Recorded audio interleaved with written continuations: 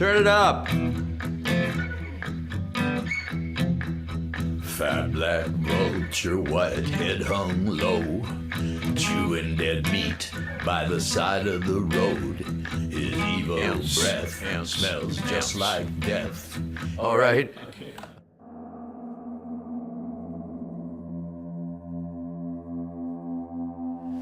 Eating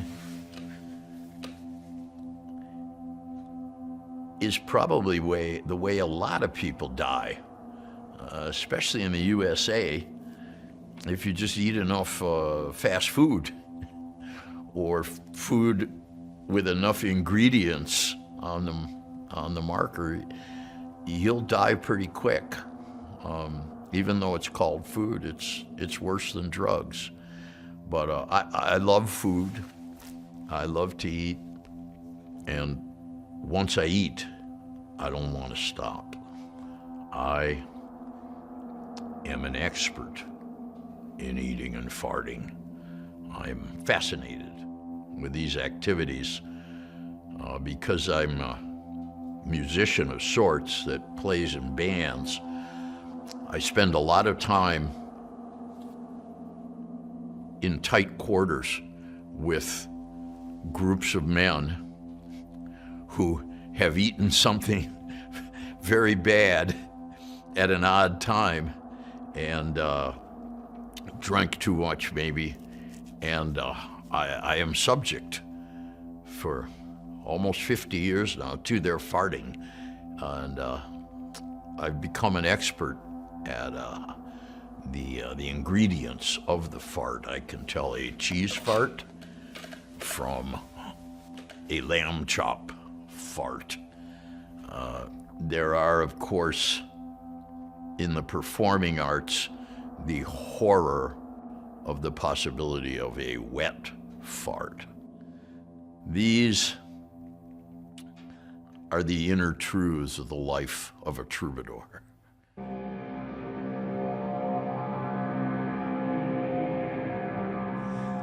I toured with Rammstein, and the response between them and the audience, which was huge,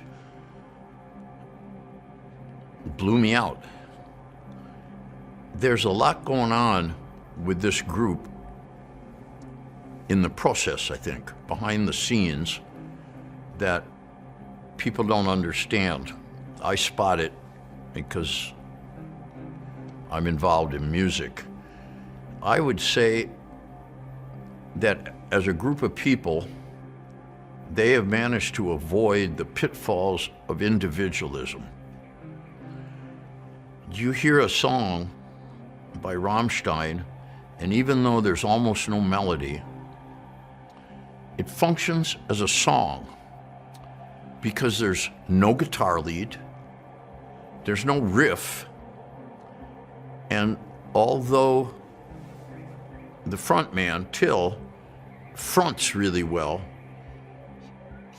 he's always acting out a particular point that's obviously been agreed upon within the group to portray what needs to be portrayed in the action. And there are times when there's very little action going on musically, but a lot going on visually. So the two don't fight each other. This is only possible, I can tell you from band life behind the scenes, with a group of people who have the ability to sit down rationally and discuss what they're doing, come to some conclusion, and abide by it in a civilized way. I would venture a guess that some of their abilities were birthed in the old DDR, because I know there's some of that culture present in the past of a couple of members. And when I lived in Berlin in the 70s, I met a lot of people from the DDR, and they were often very well educated, organized, mentally organized people. Good old DDR.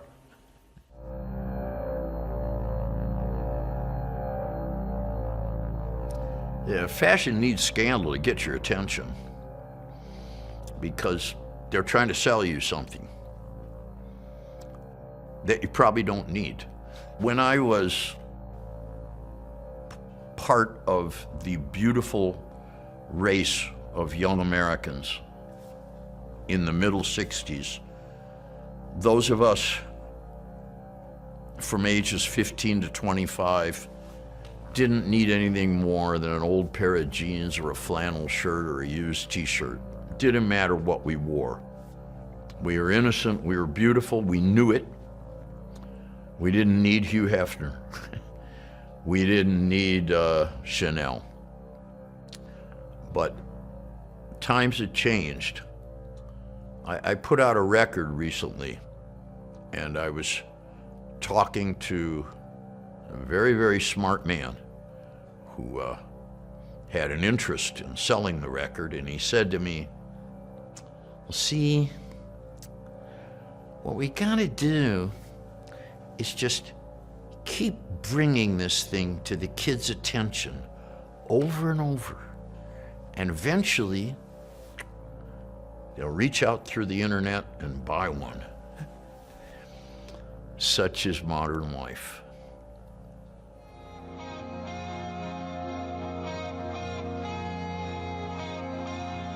Guns N' Roses was a good little kick-ass Hollywood band. I know those guys, and I've stayed friendly for many, many years with Duff and Slash, who played on one of my records, to my great pleasure. And the most interesting period of this group was really, to me, is when they started.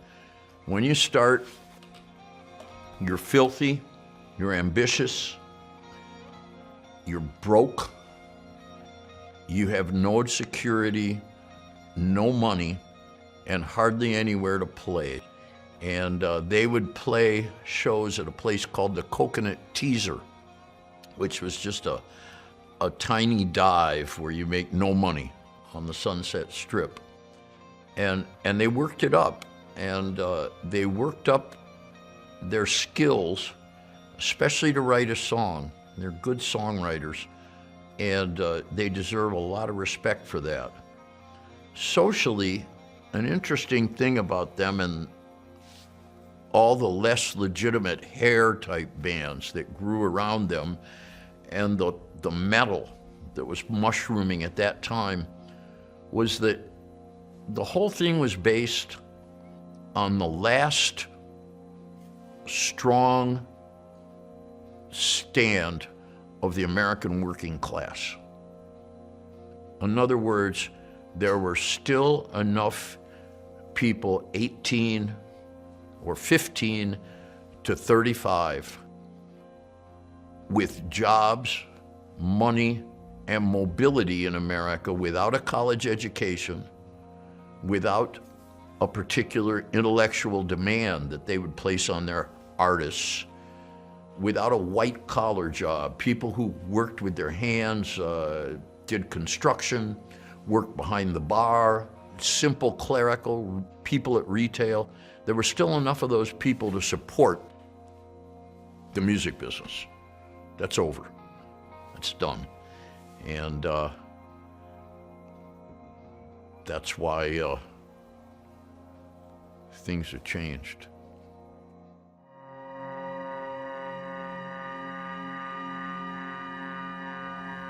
In 1990, I was struggling to keep my head above water in the music business. And there were some artists named Milli Vanilli who were all over MTV, jumping around with dreadlocks, singing crap pop music, and I was very jealous.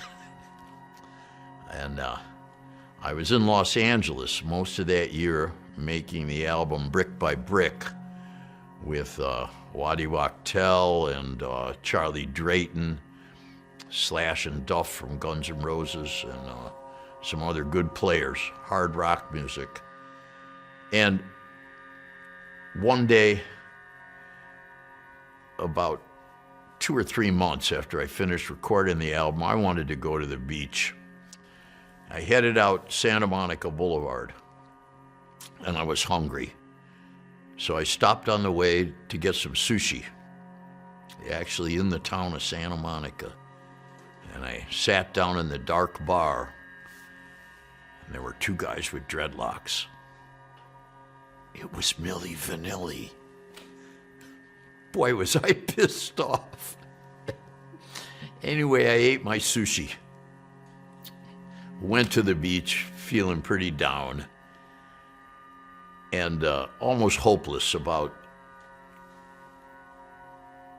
the machine of the modern music industry, the socio-economic system, the politics of rock in general against homemade music and an individual.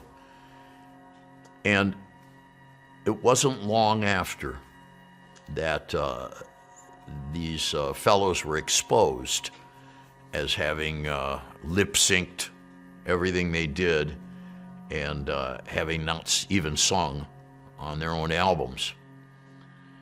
But I've got to say something about Milli Vanilli.